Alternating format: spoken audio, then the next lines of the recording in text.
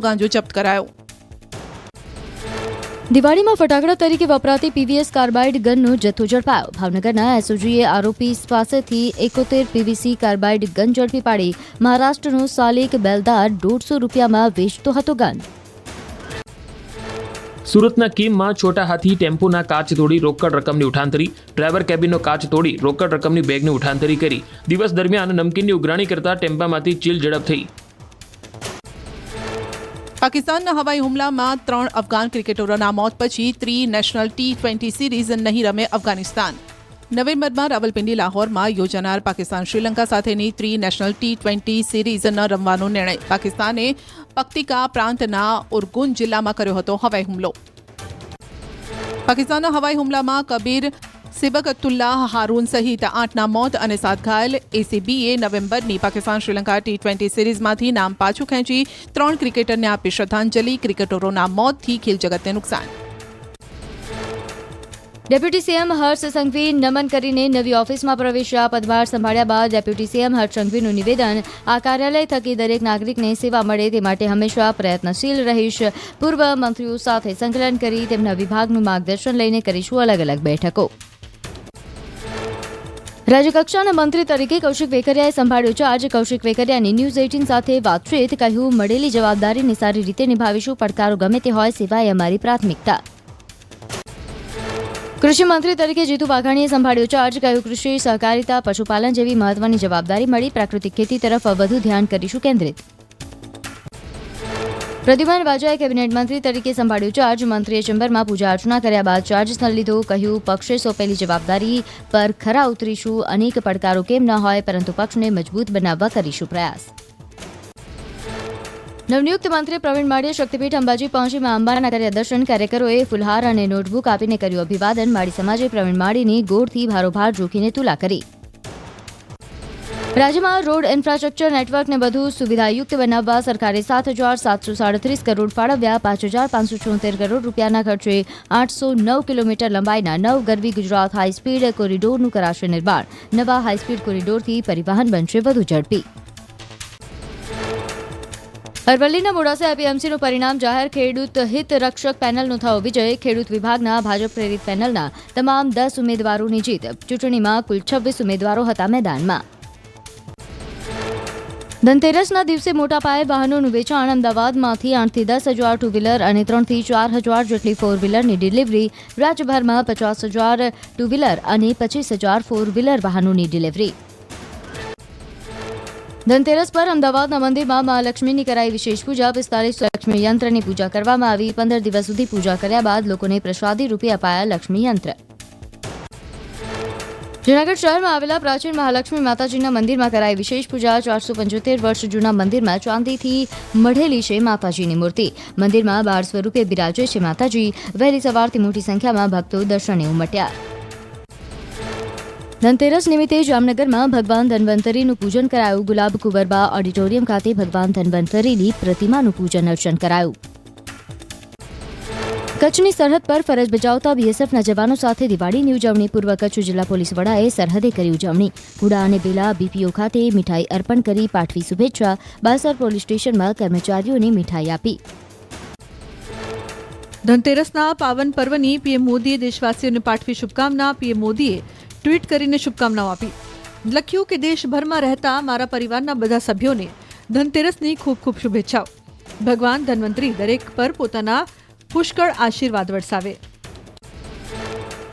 ધનતેરસના પાવન પર્વ પર સુરતમાં સવારથી જ લોકો સોના ચાંદીની ખરીદી કરતા દેખાયા.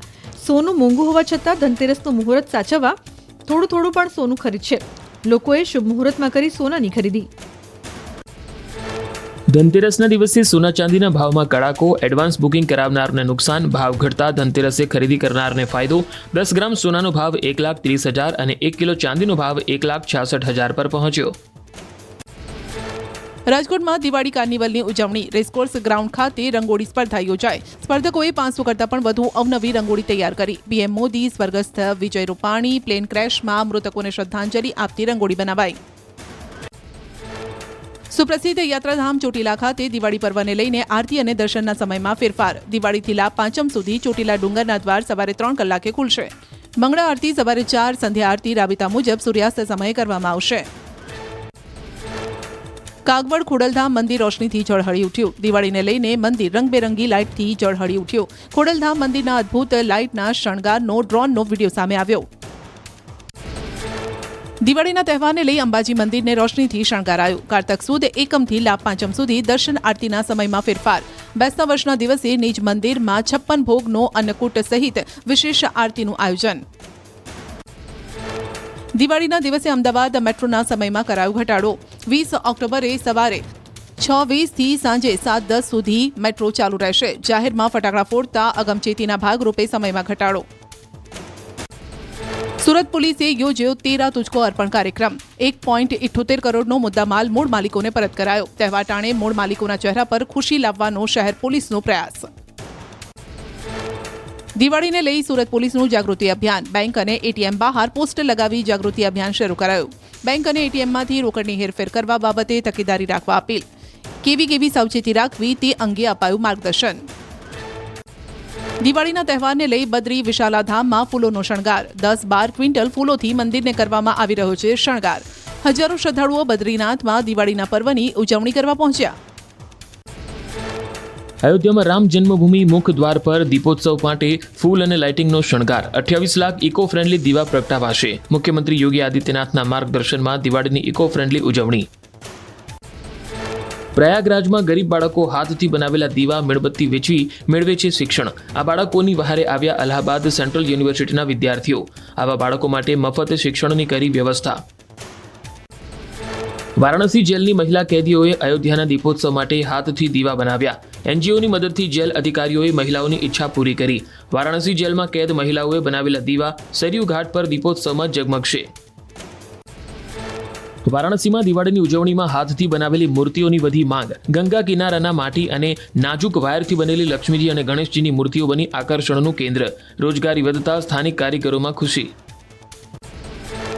મહાકાલ નગરી ઉજ્જૈનમાં ધનતેરસે ભસ્મ આરતીમાં ભક્તોમાં અનેરો ઉત્સાહ જોવા મળ્યો. બ્રહ્મ મુહૂર્તે મહાકાલ દરબારના કપાટ ખુલ્યા. પંચામૃત સ્નાન, કેસર સુગંધથી શણગ્રહણ પછી ધૂપ દીપ આરતી થઈ. હજારો ભક્તોની ભીડ જોવા મળી. દિલ્હીની હવા થઈ પ્રદૂષિત. અક્ષરધામ વિસ્તારમાં ફોગની ચાદર જોવા મળી. દિવાળી પહેલા જ પ્રદૂષણ વધ્યું. સ્થાનિકોમાં શ્વાસની તકલીફમાં વધારો. ગુવાહાટી જુબિન ગર્ગ મૃત્યુ કેસમાં 2 આરોપીઓ જેલમાં. ગાયક જુબિન ગર્ગના મૃત્યુ કેસમાં બેન્ડ સભ્યો શેખર ગોસ્વામી અને અમૃત પ્રભા મહંતને કોર્ટે જેલમાં મોકલ્યા. એસઆઈટીએ 7 આરોપીઓ પકડ્યા. પંજાબના ભટિંડામાં ઘાસને સળગાવવાથી પ્રદૂષણની ચિંતા વધી. ખેતરોમાં ઘાસ સળગાવતા ધુમાડો ફેલાતા આરોગ્ય પર પણ અસર. અમૃતસર, ભટિંડા, પટિયાલા જેવા જિલ્લાઓમાં ખેતરમાં ઘાસ સળગાવતા દિલ્હી સુધી ફેલાયું પ્રદૂષણ. સ્પાઇસ જેટ મુંબઈ અને અમદાવાદથી નજફ માટે ફ્લાઇટ શરૂ કરશે. તીર્થયાત્રીઓ ઇમામ અલીની દરગાહે જિયારત માટે જશે. મુંબઈથી 18 અને અમદાવાદથી 19 ઓક્ટોબરથી શરૂ થયેલી ફ્લાઇટ માર્ચ 2026 સુધી ચાલશે. સ્વદેશી ફાઇટર જેટ તેજસ MK-1A નું સફળ પરીક્ષણ કરાયું. રાજનાથસિંહે નવી પ્રોડક્શન લાઇનનું ઉદ્ઘાટન કર્યું. આ વિમાન હવાઈ સુરક્ષાની સાથે સાથે જમીની હુમલો કરવામાં પણ છે સક્ષમ. આત્મનિર્ભર ભારત તરફ એક મોટું પગલું લેવાયું. જમ્મુ કાશ્મીરમાં નોર્ધન કમાન્ડે મલ્ટી ડોમેન ઓપરેશન્સ માટે ડ્રીલ યોજી. ભવિષ્યના યુદ્ધ માટે તૈયારી દર્શાવી. ગતિશીલ અને બિન ગતિશીલ ક્ષેત્રોમાં સંકલિત પહેલના પ્રદર્શન સાથે ડ્રીલ સમાપ્ત થઈ. જમ્મુ કાશ્મીરના રામબન જિલ્લામાં લેન્ડસ્લાઇડિંગથી ધલવાસ સવાની લિંક રોડને નુકસાન. વાહન વ્યવહારને ભારે અસર પહોંચી. સ્થાનિકો જીવના જોખમે થઈ રહ્યા છે પસાર. વહેલી તકે રોડનું સમારકામ કરવાની માંગ.